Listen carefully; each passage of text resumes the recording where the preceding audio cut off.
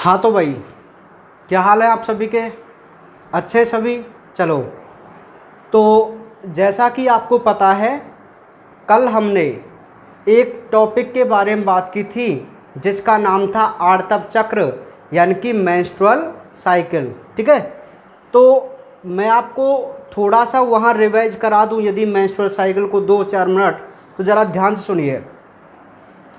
एक आर्तव चक्र जो होता है वो 28 दिन का होता है, 28 दिन का होता है। इसमें 4 प्रावस्थाएं होती हैं। पहली होती है रज प्रावस्था, ठीक है। दूसरी होती है पुटकीय प्रावस्था। तीसरी होती है अंडोत्सर्ग प्रावस्था। और चौथी होती है पश्च अंडोत्सर्ग, जिसको आप ल्यूटियल या पीतक प्रावस्था के नाम से भी जानते हैं, ल्यूटियल फेज के नाम से भी इसे जानते हैं भाई। ठीक है, तो रज प्रावस्था तो आपको पता ही है कि जब मादा शरीर के अंदर एस्ट्रोजन और प्रोजेस्टेरोन की कमी हो जाती है तो एंडोमेट्रियम परत झड़कर क्या हो जाती है, नष्ट हो जाती है, जो रक्त के साथ मादा योनि से बाहर निकलती है, जिससे हम क्या बोलते हैं, ब्लीडिंग फेज बोलते हैं। ये कितने दिन की अवस्था थी? लगभग 3 से 5 दिन तक की अवस्था थी। ठीक है, उसके बाद हमने पुटकीय प्रावस्था की बात की कि पुटकीय प्रावस्था में क्या होता है, एक तो ये 6 से 13 दिन चलती है और इस समय एक हार्मोन जो FSH होता है, पीयूष ग्रंथि के द्वारा स्रावित होता है, वो पुटिकाओं में वृद्धि करता है और पुटिकाओं को बदल देता है एक परिपक्व या ग्राफियन पुटिका में। ठीक है भाई, और जो कौन से हार्मोन का स्रावण करती थी, एस्ट्रोजन हार्मोन का, जो नष्ट हुई एंडोमेट्रियम को पुनः बनाना स्टार्ट कर देती है। उसके बाद हम चले थे अंडोत्सर्ग पे। तो जो अंडोत्सर्ग होती है वो बिल्कुल रज चक्र के मध्य में होती है या 14वें दिन होती है। कौन से दिन होती है? रज चक्र के 14वें दिन होती है। ठीक है, अब सुनिए, इस समय क्या होता है, इस समय ये दोनों हार्मोन, एक तो FSH और एक LH, अपने उच्च स्तर पर होते हैं। और जब LH हार्मोन अपने उच्च स्तर पर होता है तो हम इस घटना को LH सर्ज के नाम से जानते हैं, जो क्या करता है भाई, ग्राफियन पुटिका की थीका इंटरना को नष्ट कर द्वितीयक oocyte को मुक्त करता है। और इसी क्रिया को आप क्या कहते थे, ओवुलेशन कहते थे या अंडोत्सर्ग कहते थे। अब बात आती है अंडोत्सर्ग के बाद या ल्यूटियल या पीतक प्रावस्था। तो देखिए, यह प्रावस्था 15 से 28 दिन की थी। कौन से दिन की थी? 15 से 28 दिन की। इस समय क्या होता था, इस समय जो आपकी ग्राफियन पुटका थी ना, जिसने द्वितीयक oocyte को बाहर निकाल दिया था, तो अब वो बदल जाती है कॉर्पस ल्यूटियम में। कॉर्पस ल्यूटियम, इस प्रावस्था में कॉर्पस ल्यूटियम बनती है, इसलिए इसको क्या, किस नाम से और जानते हैं हम, ल्यूटियल फेज के नाम से और जानते हैं। ठीक है, तो ये जो कॉर्पस ल्यूटियम होती है मोस्टली 2 हार्मोन स्रावित करती है, एस्ट्रोजन और प्रोजेस्टेरोन। एस्ट्रोजन और प्रोजेस्टेरोन। अब ये दोनों हार्मोन क्या करते हैं, उस एंडोमेट्रियम को वापस से रिपेयर कर देते हैं, पूरी को बना देते हैं। ठीक है भाई, तो ये तो अब एक बात आती है कि यदि निषेचन हो जाता है तो एंडोमेट्रियम का काम था, क्योंकि उसे भ्रूण का आरोपण करना था। और यदि निषेचन नहीं होता है, बात ये आती है कि निषेचन नहीं होता है तो क्या होता है, यदि निषेचन नहीं होता है तो कॉर्पस ल्यूटियम का कोई काम नहीं रहता और ये नष्ट होकर किस में बदल जाती है, कॉर्पस एल्विकेंस में। और यदि ये कॉर्पस एल्विकेंस में बदल गई तो क्या मादा शरीर में इन 2 हार्मोन की कमी नहीं आएगी क्या? और यदि इनमें कमी आ गई तो अगले महीने दोबारा क्या स्टार्ट हो जाएगा, रज चक्र स्टार्ट हो जाएगा। तो यह होता है भाई मेंस्ट्रुअल साइकिल। आगे बात समझ में?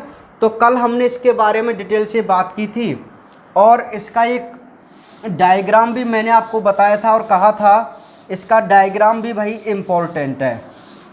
अब एक बार मैं इसको डायग्राम को और समझा रहा हूँ।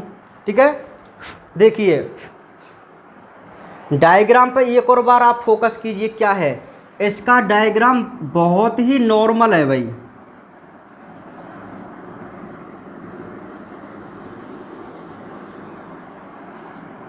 छोटा सा डायग्राम मैं आपके सामने बनाऊंगा, ठीक है। एक हम मेंस्ट्रुअल साइकिल का डायग्राम बना रहे हैं, आवर्तव चक्र का। आपकी बुक में जो दिया हुआ है उसका मतलब आप समझना कितना सिंपल डायग्राम है। देखो यह है आपका एक आवर्तव चक्र का डायग्राम है। एक आवर्तव चक्र कितने दिन का माना है हमने? 28 दिन का ना, 28। तो यहाँ मैं दिन लिख दूँ ऐसे 0 1 2 3 4 5, ऐसे जो भी है ये दिन चलते रहते हैं।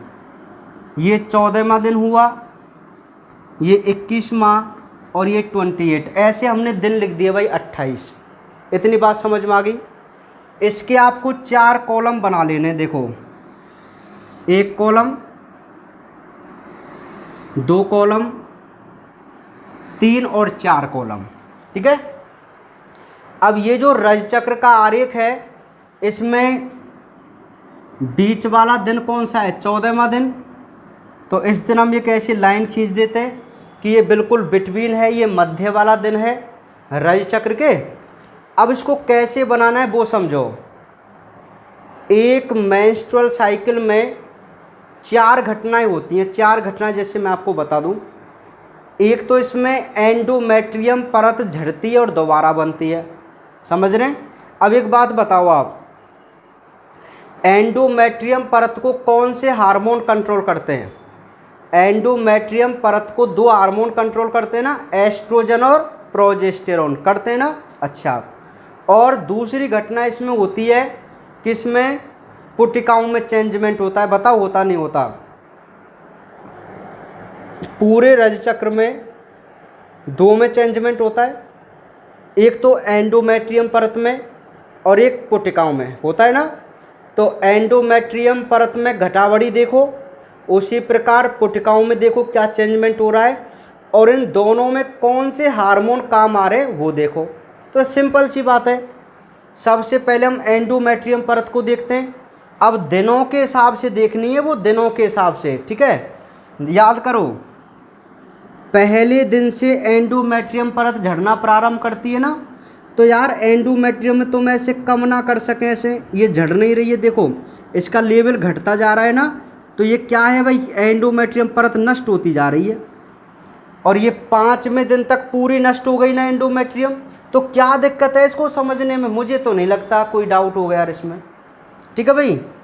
तो ये एंडोमेट्रियम परत ऐसे पिघलना प्रारंभ हुई और यहाँ तक ये पूरी नष्ट हो गई, ठीक है भाई। स्टेटम फंक्शनलिस्ट हो गई मतलब। फिर ये धीरे धीरे, क्योंकि अब ये दिन चल गए 6वां 7वां 8वां 9वां 10वां दिन। अब याद कीजिए मैंने आपको बताया था कि 6 से 13 दिन के मध्य में ग्राफियन पुटिका बन जाती है, जो कौन से हार्मोन का निर्माण करती थी? एस्ट्रोजन हार्मोन का। कौन से हार्मोन का? एस्ट्रोजन हार्मोन का। और एस्ट्रोजन हार्मोन का क्या काम होता था? एस्ट्रोजन हार्मोन का काम होता था एंडोमेट्रियम को दोबारा बनाना। अब जब यार ये 7वें 8वें दिन चल रहे, तो अब ये एंडोमेट्रियम को दोबारा बनाने लग जाओ ना। अब क्या दिक्कत वाली बात है? धीरे धीरे इसके लेवल को बढ़ाते हुए चलो।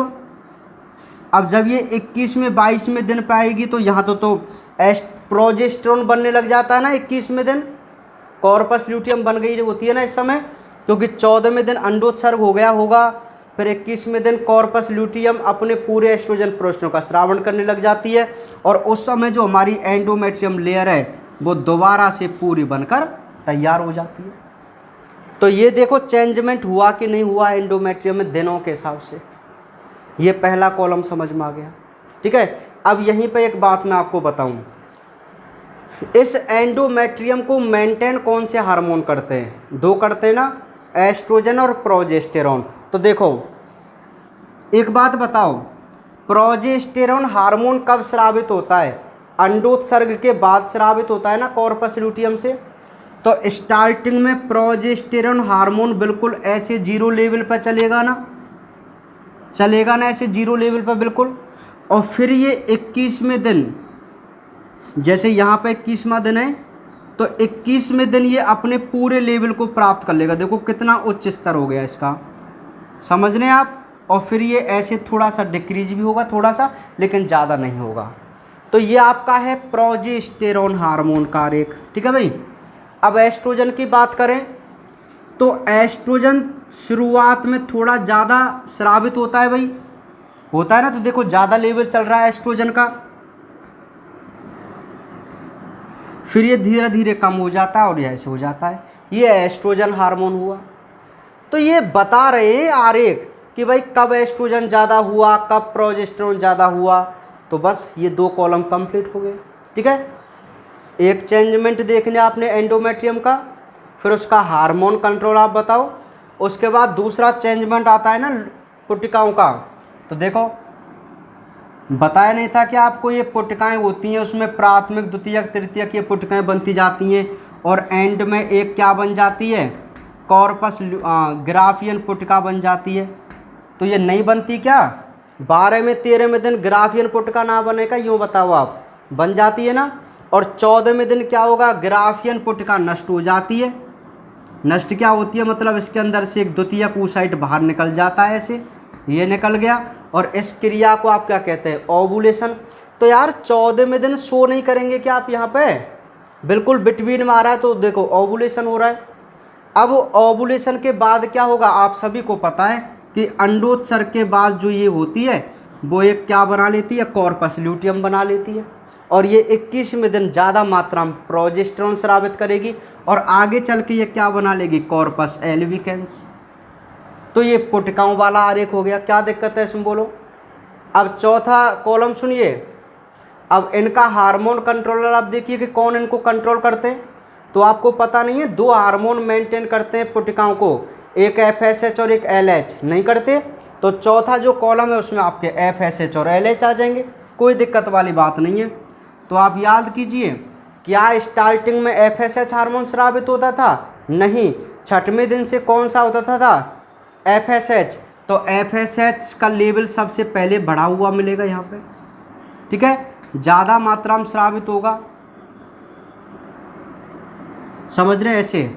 अब बात करें हम LH की, तो LH हार्मोन यहाँ तो 0 लेवल पर चलता जाएगा, लेकिन 14वें दिन अपने उच्च स्तर पर होता है। देखो ये मैंने बढ़ा दिया अपने उच्च स्तर पर, समझ रहे हैं। फिर ये धीरे धीरे ऐसे आ जाता है।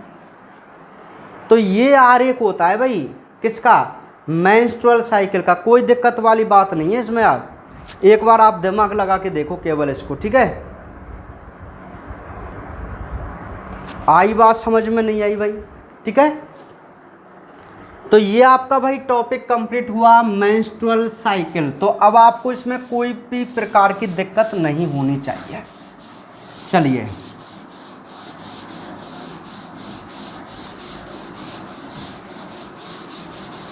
अब हम अगले टॉपिक की तरफ बढ़ते हैं। और अगला जो अब हमारा टॉपिक है वो आपके नीट एग्जाम के लिए और एक 1 लाइनर क्वेश्चन के लिए या छोटे क्वेश्चन के लिए बहुत ज़्यादा इम्पोर्टेंट है। अब यहाँ से आगे जो टॉपिक है, अच्छा मैं आपको यहाँ कुछ बेसिक बात और बता दूँ, कुछ बेसिक बात और मैं बता दूँ जो क्वेश्चन पूछे जाते हैं वो भी आप सुन लीजिए। अच्छा पहले मैं आपको बता दूँ कि यदि किसी महिला का 35 दिन का रज चक्र है, 35 डे का रज, यार वैसे तो मुझे ये आगे बताना चाहिए था चैप्टर नंबर 4 में, पर कोई बात नहीं, यहीं सुन लीजिए आप। किसी महिला में रज चक्र 35 दिन का है तो उसके ओवुलेशन का टाइम 14वां दिन नहीं होगा। आपको क्या करना है, इसमें से -14 कर देना है। तो जो 21 डेट है ना वो उसके ओवुलेशन का टाइम होता है भाई। मेरा मतलब है यदि किसी महिला में 28 दिन का रज चक्र है तो उसके ओवुलेशन का दिन क्या होता है, 14वां दिन, मतलब रज चक्र का 14वां दिन। ठीक है, लेकिन यदि किसी महिला में 35 दिन का रज चक्र होता है, 35 दिन का रज चक्र होता है, तो उसमें जो ओवुलेशन होगा ना वो आप 14 दिन घटा देंगे उसमें से, तो 21वां दिन आएगा। अरे ऐसे ही आता है, देखो 28 दिन का है तो -14 कीजिए, कितना आएगा, 14। समझ में आ गई बात। तो जितने दिन का रज चक्र होता है उसमें से आप -14 कर दीजिए और जो दिन आएगा वह उसके ओवुलेशन का दिन होता है। ठीक है, अरे हमारे लिए तो यही आंसर है, 14वें दिन होता है। ठीक है, मैं तो एक बात बता रहा हूँ, जैसे किन्हीं महिलाओं में ज़्यादा दिन का होता है तो उनमें ओवुलेशन का क्या टाइम होगा वो मैं आपको बता रहा हूँ। ठीक है, चलिए, अब एक बहुत बेसिक क्वेश्चन पूछा जाता है भाई। अब बेसिक क्वेश्चन क्या पूछा जाता है, आप चाहे लिख लेना ऊपर या नोट कर लेना कहीं भी। सुनिए, जैसे एक तो मैंने क्वेश्चन बताया था कि शुक्राणु के एक्रोसोम को क्षतिग्रस्त कर दिया जाए तो क्या प्रभाव पड़ेगा। तो आपको पता ही है, उसके एक्रोसोम को क्षतिग्रस्त कर दिया जाए तो क्या प्रभाव पड़ता है भाई, निषेचन की प्रक्रिया नहीं होती है। ये मैंने आपको बताया था उस समय। अब ऐसे ही एक बेसिक क्वेश्चन और आता है, यदि कॉर्पस ल्यूटियम को क्षतिग्रस्त कर दिया जाए, क्षतिग्रस्त नहीं करेंगे मतलब नष्ट हो जाए, यदि कॉर्पस ल्यूटियम नष्ट हो जाए तो क्या प्रभाव पड़ेगा या कौन सी क्रिया प्रभावित होगी।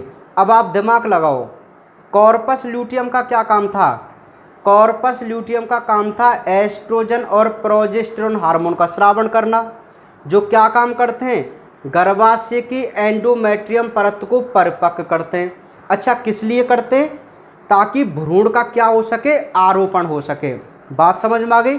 ये काम था किसका, कॉर्पस ल्यूटियम का, क्या करना, एंडोमेट्रियम को परिपक्व कर भ्रूण का क्या करवाना, आरोपण करवाना। ठीक है। अब आपसे वो क्वेश्चन पूछ ले कि भाई यदि कॉर्पस ल्यूटियम को निष्क्रिय कर दिया जाए या नष्ट कर दिया जाए तो कौन सी क्रिया प्रभावित होगी। तो आप सिंपल सा आंसर है कि यदि हम कॉर्पस ल्यूटियम को नष्ट कर देंगे तो भ्रूण का क्या नहीं हो पाएगा, आरोपण नहीं हो पाएगा। ये आंसर हो जाएगा। आप इस क्वेश्चन को लिख लेना, नोट कर लेना कहीं भी। ठीक है। चलिए, अब नेक्स्ट टॉपिक जिसका नाम है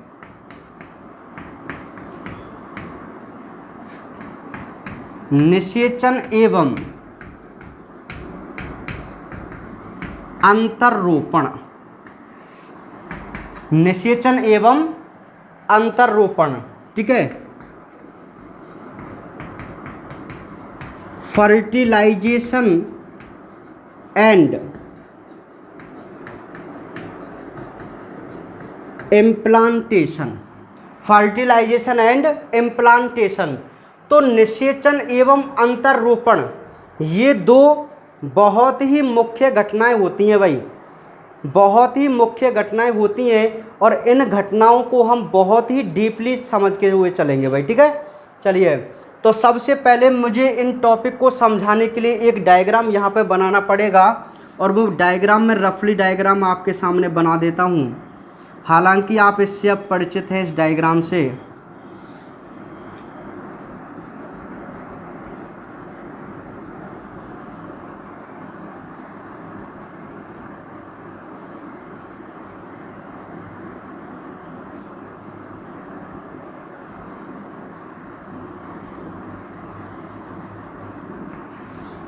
ठीक है भाई।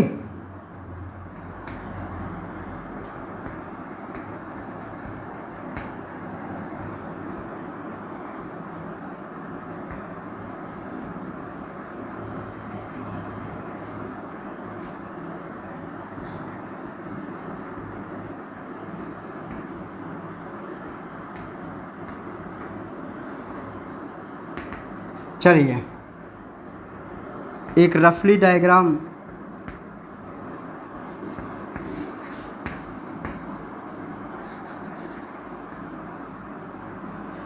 इस प्रकार। ठीक है भाई, ये डायग्राम आपको क्लियर दिखाई दे रहा है। यह जो डायग्राम है वो है एक मादा जनन तंत्र का डायग्राम है। ठीक है। इस डायग्राम से हम अपनी सारी घटनाओं को समझेंगे जो आगे इसमें होता है। अब सुनिए भाई, सबसे पहले हम बात करते हैं निषेचन की।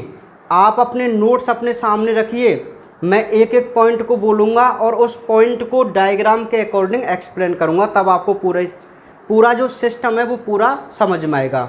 अब देखो होता क्या है भाई, निषेचन की डेफिनेशन आप भली भांति जानते हैं। नर व मादा युग्मकों के संलयन से, नर व मादा युग्मकों के संलयन से युग्मनज का बनना क्या कहलाता है, निषेचन कहलाता है। ये आपको परिभाषा सभी को पता है।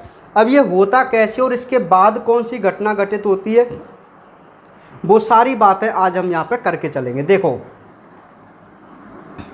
यह योनि मार्ग है भाई। ठीक है। और यह गर्भाशय ग्रीवा है, जिसको आप सर्विक्स भी कहते हैं इंग्लिश में, सर्विक्स गर्भाशय ग्रीवा, ये योनि है जिसे आप वेजाइना बोलते हैं। यह यूट्रस है और यह यूट्रस की एंडोमेट्रियम परत है। क्लियर? अब सुनिए होता क्या है, कॉपुलेशन के दौरान, कॉपुलेशन यानी कि निषेचन, निषेचन के दौरान वीर्य को मादा योनि में इजैकुलेट किया जाता है, स्खलित किया जाता है। और मैं आपको बता दूं, एक बार में लगभग 2 से 3 ml वीर्य, एक बार के इजैकुलेशन में, एक बार के स्खलन में नर के द्वारा मादा योनि में लगभग 2 से 3 ml वीर्य निष्कासित किया जाता है या स्खलित किया जाता है। और इस वीर्य में लगभग 200 से 300 मिलियन शुक्राणु, ये आपको दिख तो रहा होगा, कितने शुक्राणु? 200 से 300 शुक्राणु, 200 से 300 मिलियन शुक्राणु एक बार के इजैकुलेशन में 2 से 3 ml जो वीर्य होता है उसमें सीमन में 200 से 300 मिलियन शुक्राणु होते हैं। कितने मिलियन? 200 से 300 मिलियन। आप जानते हैं मिलियन के बारे में? 1 मिलियन बराबर 10 लाख होता है, तो यहाँ तो 300 मिलियन हैं। तो कितने स्पर्म एक बार में रिलीज किए जाते हैं मादा योनि में? क्यों किए जाते हैं? इनके पीछे भी एक कारण है। क्यों? क्योंकि मादा योनि का जो माध्यम होता है वो कैसा होता है? एसिडिक होता है, अम्लीय होता है, और शुक्राणुओं को अम्लीयता से डर लगता है, वो मर जाते हैं। ठीक है, तो जैसे ही शुक्राणु यहाँ पे रिलीज होते हैं, देखो एक तो ये बाह्य कोशिका है, देखो शुक्राणु अजनबी है ना मादा बॉडी के लिए, इसकी बॉडी में तो ये बनते नहीं है, तो ये अजनबी हुए ना इसके लिए। तो पता है होता क्या है कि जैसे ही शुक्राणु यहाँ पे पहुँचते हैं तो इन पर आक्रमण किया जाता है। एक तो एसिडिक की बौछार होती है, ये डर के मर जाते हैं, ये धड़ाधड़ मार काट होती है, कहने का मतलब ये है। ठीक है, कतले आम होते हैं भाई शुक्राणु के यहाँ पर मादा योनि में। ठीक है, बहुत सारे शुक्राणु को यहाँ पर नष्ट कर दिया जाता है। किस वजह से? अम्लीय माध्यम से। और जो बक्षकाणु कोशिकाएं होती हैं, फैगोसाइड जो कोशिकाएं होती हैं, वो इनको निगल जाती हैं, खा जाती हैं। कहने का मतलब है एक बहुत बड़ा युद्ध हो जाता है, समझ रहे हैं? मात्र 100 से शुक्राणु ही कहाँ पर पहुँच। अच्छा एक बात आपको पता ही है ना कि मादा के अंडाशय ने जो अंडाणु था वो कहाँ पे पहुँचा रखा है? एम्प्यूला वाले भाग में। इस पार्ट को भी आप याद रखना। कौन से भाग में है? एम्प्यूला वाले भाग में। एम्प्यूला वाले भाग में है ना अंडाणु।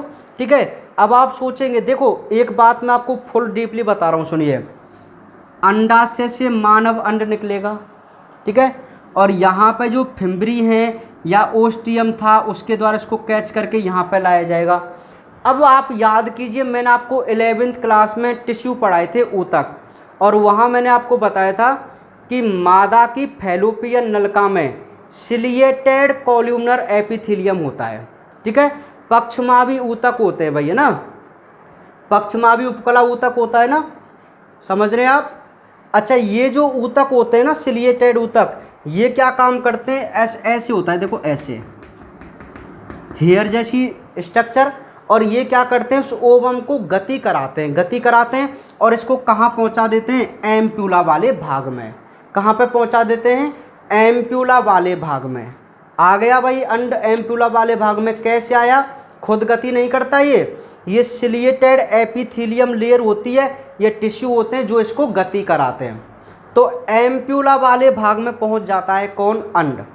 अब इधर क्या घटना हो रही है?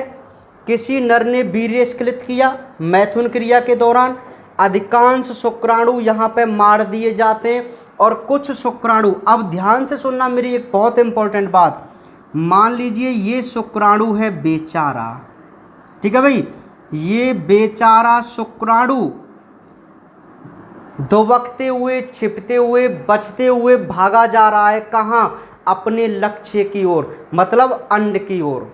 समझ रहे हैं? तो ये कुछ शुक्राणु बच जाते हैं और वो भागते रहते हैं। अब होता क्या है, एक बात जरा ध्यान से सुनना। जब, अच्छा, इसको मादा जनन मार्ग कह सकता हूं ना मैं। तो जब शुक्राणु मादा जनन मार्ग में होते हैं, ठीक है, तो यहां पर एक ऐसे द्रव का स्रावण किया जाता है मादा योनि से, जो, अब एक बात मैं आपको बताऊं, सुनो। एक चौक में दूसरा लेता हूं, या मुझे लग रहा है थोड़ा सही नहीं लिख रहा। देखो, ध्यान सुनना मेरी बात को। यह एक स्पर्म है,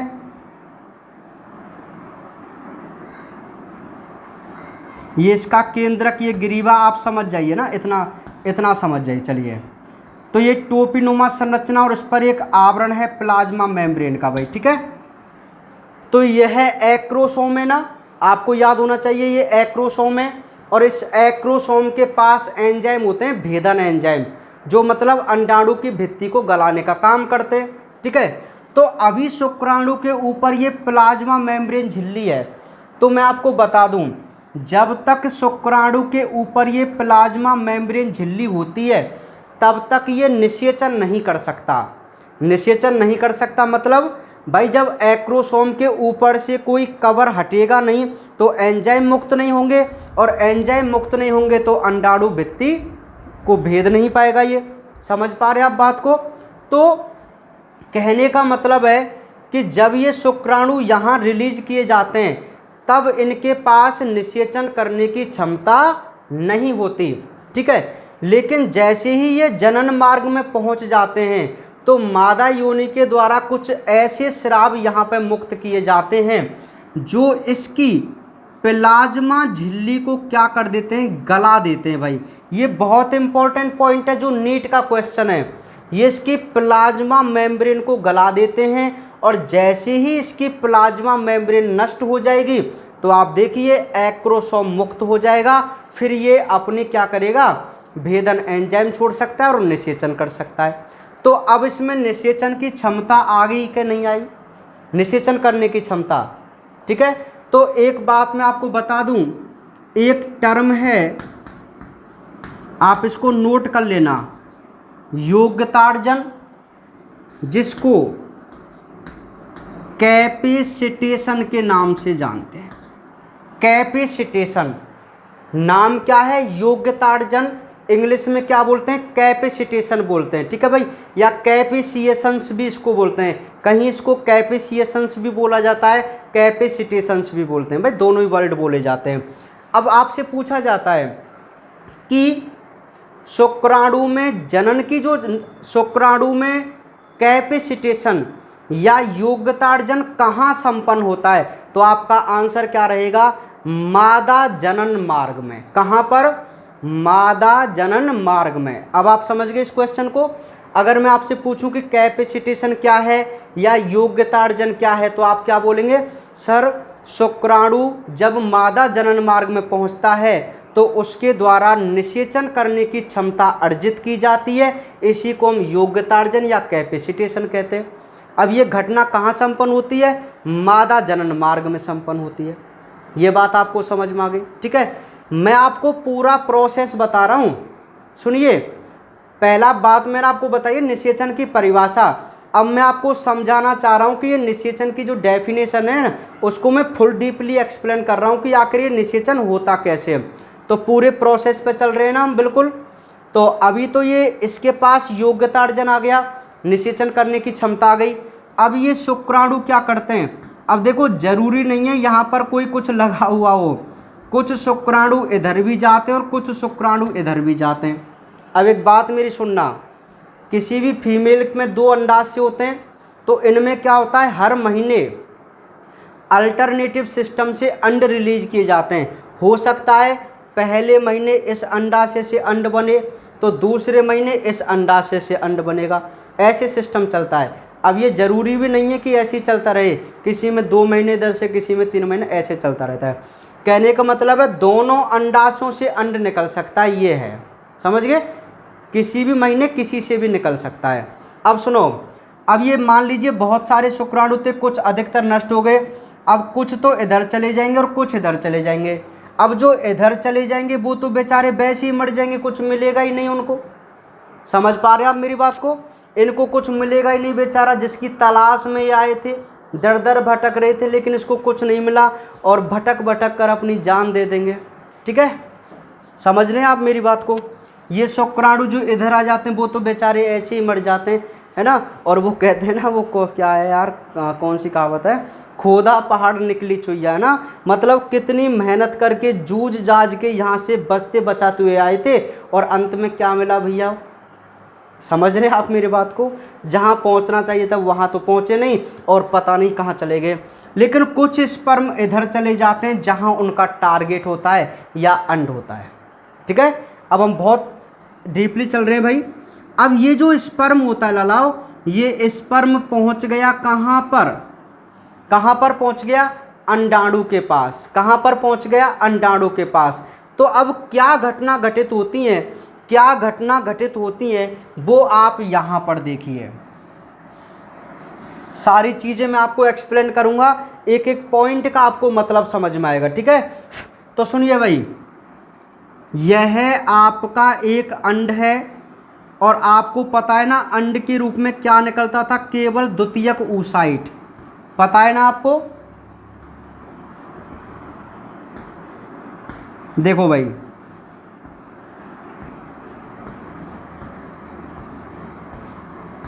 यह द्वितीयक oocyte है और आपको पता है द्वितीयक oocyte में क्या होता है? सबसे बाहर ये कोरोना रेडिटा की परत होती है। ठीक है, उसके बाद ये जोना पेलुसिडा का आवरण होता है, जोना पेलुसिडा का आवरण होता है। ठीक है, और ये प्लाज्मा मेम्ब्रेन वगैरह होती है इसकी। ठीक है, और ये इसका केंद्रक होता है, द्वितीयक oocyte का केंद्रक होता है। अभी यह द्वितीयक oocyte है केवल। कौन है ये? द्वितीयक oocyte। तो इस द्वितीयक oocyte क्या करता है? यह एक रसायन छोड़ता है जिसको हम बोलते हैं फर्टिलाइजन। क्या छोड़ता है भाई? फर्टिलाइजन। जैसे ये फर्टिलाइजन रिलीज करता है, उधर जो शुक्राणु है वो स्रावित करता है एंटी फर्टिलाइजन। क्या स्रावित करता है? Anti fertilizin. तो फर्टिलाइजन और एंटी फर्टिलाइजन के माध्यम से जो स्पर्म होता है, जो शुक्राणु होता है, वो इससे ऐसे चिपक जाता है या इससे अटैच हो जाता है। किससे? ह्यूमन अंड से, जिसको आप द्वितीयक oocyte कह रहे हैं। समझ में आ गई बात यहाँ तक? तो फर्टिलाइजन और एंटी फर्टिलाइजन के माध्यम से शुक्राणु और अंडाणु आपस में क्या आए? अभी पास आए, एक दूसरे के समीप आए केवल। अब आगे क्या घटना घटित होगी? अब जैसे ये शुक्राणु का एक्रोसोम, ये शुक्राणु का जो एक्रोसोम होता है वो अब भेदन एंजाइम रिलीज करेगा। भेदन एंजाइम याद कीजिए, वही हाइलुरोनिडेज और कैटेफिन नाम के स्पर्म लाइसिन। और मैंने कहा था वो कोरोना रेडिटा को नष्ट कर देते हैं। और ये द्वितीयक oocyte के ऊपर की परत कोरोना रेडिटा थी ना, कोरोना रेडिएटा। ठीक है, और जो ये जोना पेलुसिडा आपको दिख रही है ना, तो जोना पेलुसिडा के पास एक प्रकार की स्पेशल प्रोटीन होती है और इस प्रोटीन को बोलते हैं आप ZP3 प्रोटीन, यानी कि ZP3 प्रोटीन। ये ZP3 प्रोटीन ऐसी प्रोटीन होती है जोना पेलुसिडा के पास, जो जिस स्थान पर शुक्राणु जुड़ते हैं या उनको जोड़ने का वो कार्य करती है। कौन प्रोटीन? जोना पेलुसिडा पर ZP3 नाम की एक विशेष प्रोटीन होती है, जिस प्रोटीन से ये शुक्राणु इससे अटैच होते हैं या इसकी तरफ अट्रैक्ट होते हैं। ठीक है, तो वो ZP3 प्रोटीन होती है भाई। तो जैसे ही शुक्राणु इसके अंदर प्रवेश कर जाता है, किसके अंदर? अंडाणु के अंदर। अब देखो शुक्राणु अंडाणु के अंदर प्रवेश कर गया ना, अभी बात खत्म नहीं हुई है, अभी इम्पोर्टेंट बात और चलेगी। अब सुनो, जैसे ही यह शुक्राणु, एक शुक्राणु था, इसने अंडाणु में प्रवेश किया। अब भाई शुक्राणु तो और भी आएंगे इसके पास, भाई हो सकता है 2 4 5 और आ जाएं, वो भी इसको भेद सकते हैं अंडाणु को। लेकिन एक बात हमेशा ये सत्य होती है कि अंडाणु को केवल एक ही शुक्राणु भेद सकता है, दूसरा शुक्राणु नहीं भेद सकता। अर्थात जो शुक्राणु अंडाणु के अंदर पहले प्रवेश कर जाएगा उसके बाद कोई भी दूसरा शुक्राणु उसमें प्रवेश नहीं कर पाता है। अब आप सोच रहे होंगे सर ऐसा कैसे संभव है, आखिर ऐसा भी होता है क्या? बिल्कुल। अब ये कैसे होता है वो सुनिए, आपके पॉइंटों में लिखा हुआ है, आप सुनिए मैं आपको बता दूं। अंडाणु में दूसरे शुक्राणु के प्रवेश को रोकने के लिए कुछ रासायनिक परिवर्तन होते हैं और कुछ रासायनिक क्रियाएं होती हैं, और इन सभी क्रियाओं को हम वल्कुटी क्रिया या कॉर्टिकल रिएक्शन के नाम से जानते हैं। आप देखो अपने नोट्सों में लिखी हुई है लाइन, वल्कुटी क्रिया यानी कि कॉर्टिकल रिएक्शन लिखा हुआ है ना, कॉर्टिकल रिएक्शन। तो क्या है भाई वल्कुटी क्रिया, वो समझो। वल्कुटी क्रिया पॉलीस्पर्मी को रोकने का कार्य करती है। पॉलीस्पर्मी का मतलब होता है बहुशुक्राणुता, यानी कि अंड के अंदर कोई दूसरा शुक्राणु प्रवेश नहीं कर जाए। तो इस घटना को रोकने के लिए जो चेंजमेंट इसमें होते हैं, हम उन सभी क्रियाओं को किस नाम से जानते हैं? कॉर्टिकल रिएक्शन के नाम से जानते हैं। ठीक है। यदि आपसे कोई पूछे कि वल्कुटी अभिक्रिया क्या है या कॉर्टिकल रिएक्शन क्या है, तो आपका एक छोटा सा आंसर होना चाहिए कि अंडाणु में अन्य शुक्राणु के प्रवेश को रोकने के लिए जो रासायनिक क्रियाएं होती हैं, उन सभी क्रियाओं को क्या बोलते हैं? वल्कुटी या कॉर्टिकल रिएक्शन बोलते हैं। आगे बात समझ में, कॉर्टिकल रिएक्शन का उद्देश्य क्या है? कि कोई दूसरा शुक्राणु इसमें प्रवेश नहीं कर जाए, क्योंकि और भी शुक्राणु उसके इर्द गिर्द आ जाएंगे भाई। ठीक है भाई। अब ये क्यों नहीं प्रवेश करते वो मैं आपको एक्सप्लेन कर रहा हूँ, सुनिए, ध्यान सुनना एक एक बात को। देखो भाई, यह कोरोना रेडिएटा है, ये जोना पेल्यूसिडा है जिसके पास ZP3 नाम की प्रोटीन होती है, और इन्हीं स्थलों से वो शुक्राणु जो है वो अटैच होते हैं। अब ये इसकी प्लाज्मा मेम्ब्रेन, अच्छा मैं आपको बता दूं कि जैसे ही शुक्राणु यहाँ पर प्रवेश कर जाता है तो आपको याद होना चाहिए, अब इसमें मियोसिस कौन सा होगा? सेकंड, यानी कि अर्धसूत्री विभाजन सेकंड। याद कीजिए मैंने आपको तब भी बताया था कि द्वितीयक oocyte तो फर्स्ट अर्धसूत्री विभाजन के समय बनता है, लेकिन जैसे ही शुक्राणु इसके अंदर प्रवेश कर जाए या से संपर्क करे तो इसमें तुरंत ही क्या होता है? अर्धसूत्री विभाजन सेकंड। तो अब इसमें क्या होगा? अर्धसूत्री सेकंड होगा। और अब आप मान लीजिए कि यह जो प्राथमिक जो द्वितीयक oocyte था, द्वितीयक oocyte, इसमें क्या हुआ? ये वास्तविक अंड बन गया और यहाँ पर एक कोशिका और बन जाती है। ये कोशिका आपको दिख रही है ना, ये सेकंड पोलर बॉडी होती है। ये तो सेकंड पोलर बॉडी है और ये वास्तविक अंड है। अब समझ में आ गई बात? तो ये पोलर बॉडी क्या हो जाती है भाई? नष्ट हो जाती है। तो ये मैंने नष्ट भी कर दी। अब इतनी बात आपको समझ में आ गई। अर्धसूत्री सेकंड हो गया, और अब मैं इसको क्या कह रहा हूँ? अब मैं इसको द्वितीयक oocyte नहीं कह रहा हूँ, अब मैं इसको वास्तविक अंड बोल रहा हूँ। ठीक है। बाकी संरचना सेम होती है। ये जो कोरोना रेडिएटा होती है वो तो नष्ट हो गई होती है भाई। अब सुनो होता क्या है। अब ये कॉर्टिकल रिएक्शन कैसे रुकती है वो सुनिए भाई, मतलब कैसे होती है। यह प्लाज्मा मेम्ब्रेन है, तो इस प्लाज्मा मेम्ब्रेन के बाहर पहले तो यहाँ पर पॉजिटिव चार्ज होता है और अंदर की तरफ होता है नेगेटिव चार्ज। ध्यान सुनना मेरी बात को, बाहर की तरफ तो पॉजिटिव चार्ज है और अंदर की तरफ है नेगेटिव चार्ज। ठीक है। तो जैसे ही शुक्राणु, अच्छा ये जो स्पेस आपको दिखाई दे रहा है ना, इसे आप विटेलाइन मेम्ब्रेन बोल लीजिए, विटेलाइन मेम्ब्रेन। ठीक है भाई, क्या बोलते हैं इसको? विटेलाइन मेम्ब्रेन या पीतक कला। ठीक है भाई। तो ये विटेलाइन स्पेस है, विटेलाइन झिल्ली है ये, और ये प्लाज्मा झिल्ली है। तो इस विटेलाइन जो झिल्ली है, यहाँ जो स्पेस आपको दिख रहा है, यहाँ पे कैसा चार्ज है? पॉजिटिव चार्ज है, और इसके अंदर कैसा चार्ज है? नेगेटिव चार्ज है। तो जैसे ही शुक्राणु यहाँ पे प्रवेश करता है तो इसकी पोलरिटी चेंज हो जाती है, ध्रुवण इसका चेंज हो जाता है, ठीक है। और अब क्या होता है, इसके प्रवेश करने से अच्छा आप सुनिए, ये प्लाज्मा मेम्ब्रेन आपको दिख रही है, जैसे मान लीजिए ये प्लाज्मा मेम्ब्रेन है और यहाँ पे इसका केंद्रक है, अंड का केंद्रक। तो इस प्लाज्मा मेम्ब्रेन में कुछ इस प्रकार कण होते हैं, कण, और इन कण को आप बोलते हैं कॉर्टिकल ग्रेन्यूल्स।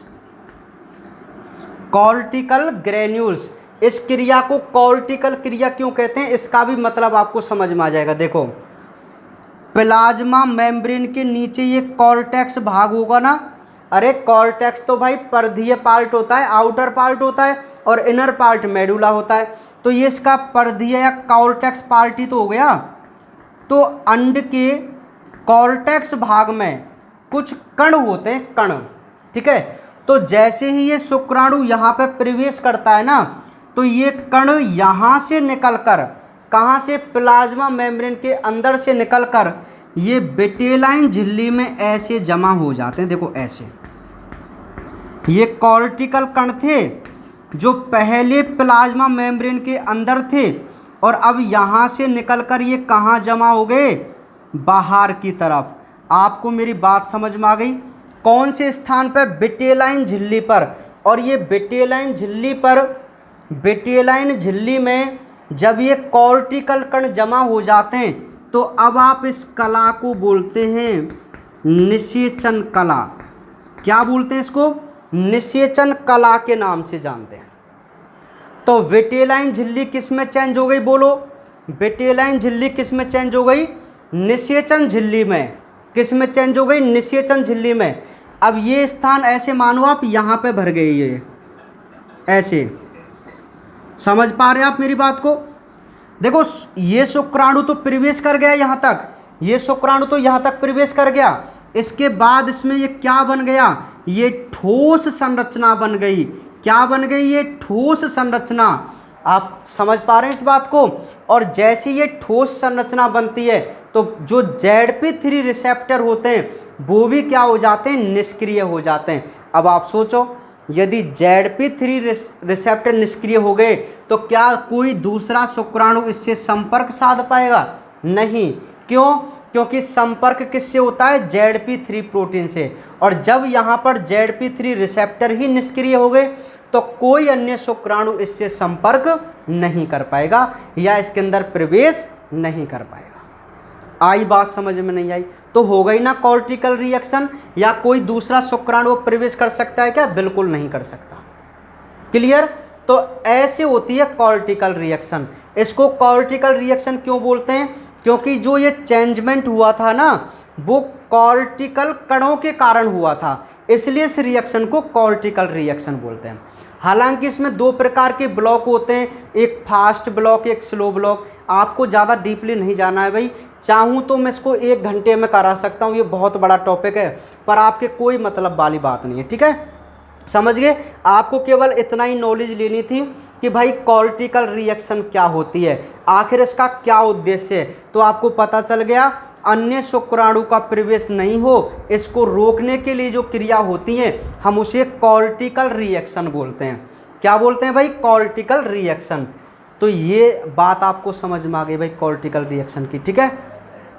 मैं मिटा दूँ इसको, कॉर्टिकल रिएक्शन वाली घटना को। चलिए, तो कॉर्टिकल रिएक्शन की आपको परिभाषा तो मैंने लिखाई हुई है नोट्स में, आपसे केवल इतनी ही पूछी जाएगी 1 नंबर में सिलेबस के अकॉर्डिंग कि कॉर्टिकल रिएक्शन क्या है।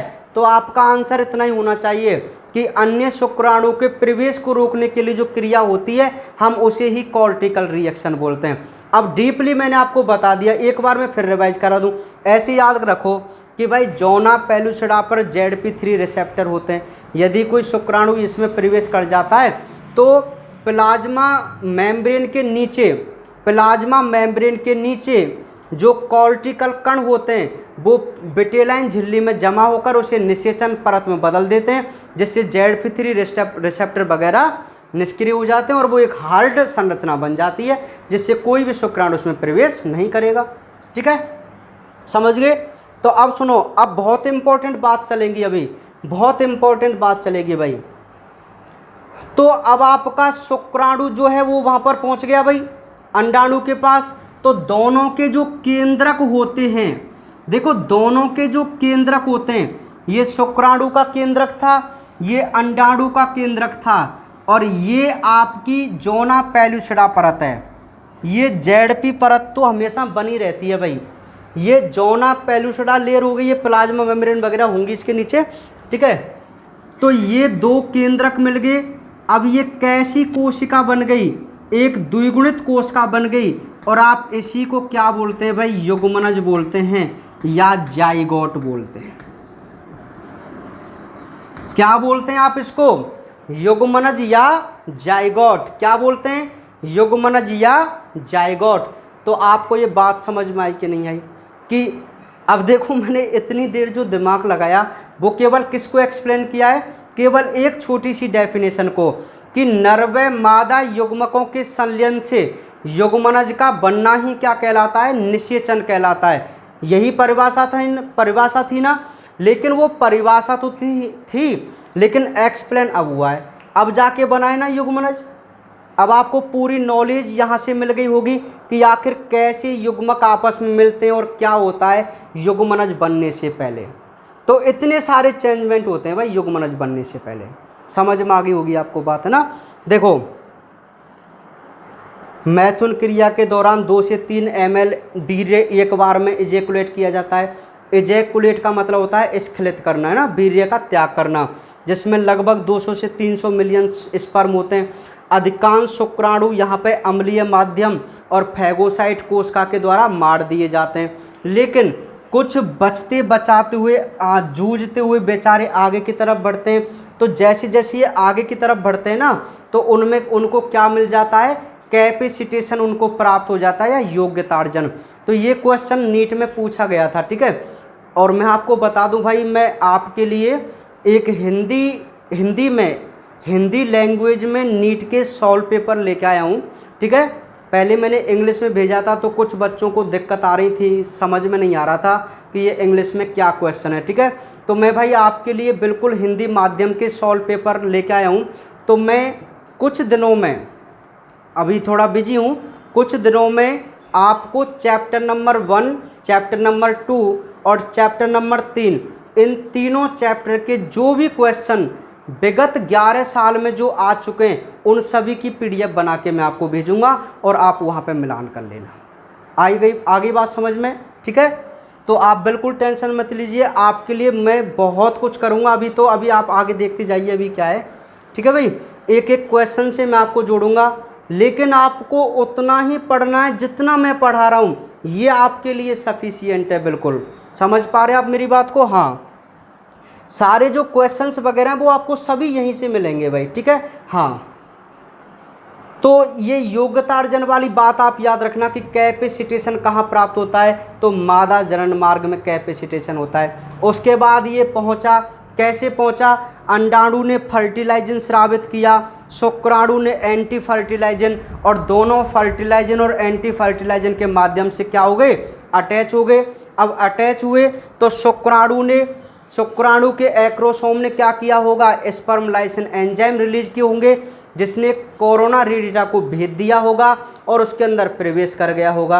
अब कोई और शुक्राणु प्रवेश नहीं कर जाए तो उसके लिए कौन सी क्रिया हुई थी, कॉर्टिकल रिएक्शन हुई थी, बलकुटी अभिक्रिया हुई थी, ठीक है। उसके बाद जब बलकुटी क्रिया हो गई तो उसके बाद शुक्राणु का केंद्रक और अंडाणु का केंद्रक आपस में मिला और एक डिप्लॉयड कोशिका बनी, जिसको आप क्या कहते हैं, युग्मनज कहते हैं। अब इसमें कितने गुणसूत्र हैं, 46 गुणसूत्र, ठीक है। क्योंकि अर्धसूत्री विभाजन के समय नर युग्मक जो शुक्राणु था उसमें भी 23 गुणसूत्र थे और मादा युग्मक अंडाणु में भी 23 गुणसूत्र थे, ठीक है। तो दोनों दोबारा से 46 गुणसूत्र की एक द्विगुणित कोशिका बन गई ना, क्योंकि युग्मक हमेशा कैसे होते हैं, अगुणित। जब दो अगुणित संरचनाएं आपस में मिली तो हम इसे क्या बोल सकते हैं, एक द्विगुणित संरचना बोल सकते हैं। तो ये जो केंद्रक थे ना, इन्हें हम प्राक केंद्रक बोलते हैं या प्रो न्यूक्लियस बोलते हैं। युग्मकों के अंदर जो केंद्रक होते हैं हम उन्हें क्या बोलते हैं, प्राक या प्रो न्यूक्लियस बोलते हैं। ठीक है भाई, ये युग्मनज बन गया। अब युग्मनज से भी एक क्वेश्चन आता है। अब वो क्वेश्चन मैं आपको 11th क्लास में बहुत बार बता चुका था कि मानव शरीर की प्रथम कोशिका, मानव शरीर की प्रथम कोशिका क्या है, तो आपको पता ही है ना, युग्मनज है। क्या है, युग्मनज। अब मैं आपको एक बात और बता दूं, शायद ये चैप्टर कल कंप्लीट हो जाएगा, ये चैप्टर जो है कल कंप्लीट हो जाएगा, लेकिन कल की जो आपकी क्लास है वो सबसे ज़्यादा इम्पोर्टेंट क्लास है। क्यों इम्पोर्टेंट क्लास है, क्योंकि 1 नंबर का जो क्वेश्चन आएगा वो इस वाले पार्ट से ज़्यादा आता है जो कल चलेगा। ठीक है, कल मैं आपको क्या बताऊंगा, अभी थोड़ा टाइम कम रहेगा इसलिए मैं इसको स्टार्ट नहीं करूंगा। अभी सुनना, जाना नहीं, अभी मैं आप और काम की बात बताऊंगा। अब ये युग्मनज तो आपने बना लिया, समझ में आ गई बात। अब आपको पता ही है कि जो युग्मनज होता है वो आगे चल के कंप्लीट भ्रूण बनाता है, समझ रहे हैं, कंप्लीट एक भ्रूण बनाता है। तो ये युग्मनज से भ्रूण बना कैसे, कौन से दिन क्या घटना हुई और कौन कौन से इसमें परिवर्तन हुए, इस सारी घटनाक्रम को हम अपने कल के लेक्चर में डिस्कस करेंगे। ये बहुत ही इम्पोर्टेंट पार्ट है भाई, समझ रहे हैं। कल की जो वीडियो है आज तक की सबसे इम्पोर्टेंट वीडियो में से रहेगी भाई, बहुत ज़्यादा इम्पोर्टेंट वीडियो है कल की। थोड़ी लंबी भी खिंच सकती है क्योंकि इसमें नॉलेजेबल पार्ट है जहां आपको नॉलेज की आवश्यकता है।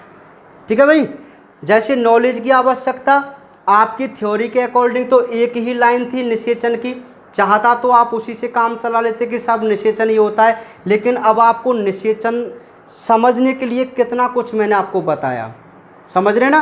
तो ऐसी ही नॉलेज कल हम और प्राप्त करेंगे और कल हम देखेंगे कि भाई युग्मनज आगे चल के कौन कौन सी संरचनाओं में बदलता है या क्या इसमें चेंजमेंट होते हैं और कैसे यह एक भ्रूण में बदल पाता है। ये सारी घटनाक्रम हम कल बात करेंगे। बात समझ में आ रही है आपके, नहीं आ रही? ठीक है, ठीक है, चलिए। तो ये बात आपको समझ में आ गई सारी। अब युग्मनज कैसे डेवलप होगा ये हम कल देखेंगे, कल की सबसे ज़्यादा इम्पोर्टेंट क्लास आपकी रहेगी, बिल्कुल। ठीक है, तो आज हमने केवल यही 1-2 डेफिनेशन यहाँ पे मोस्टली समझी कि निषेचन क्या है और कॉर्टिकल रिएक्शन क्या होती है। अब इससे आगे जो आपके सामने कुछ मोरूला, ब्लास्टूला, ये सारी कुछ आपको दिख रही है ना, इसके बारे में कल हम डिस्कस करेंगे। ठीक है भाई, तो अब आपकी स्क्रीन पे आपके लिए क्वेश्चन, बहुत इम्पोर्टेंट क्वेश्चन है जो कई बार पूछा जा चुका है बोर्ड एग्जाम में और नीट में। भ्रूण पोष की सूत्र गुणता क्या होती है, यह आपका क्वेश्चन है, फटाफट इसका आंसर दीजिए। भ्रूण पोष की सूत्र गुणता क्या होती है, बताइए। बाकी बातें करेंगे कल।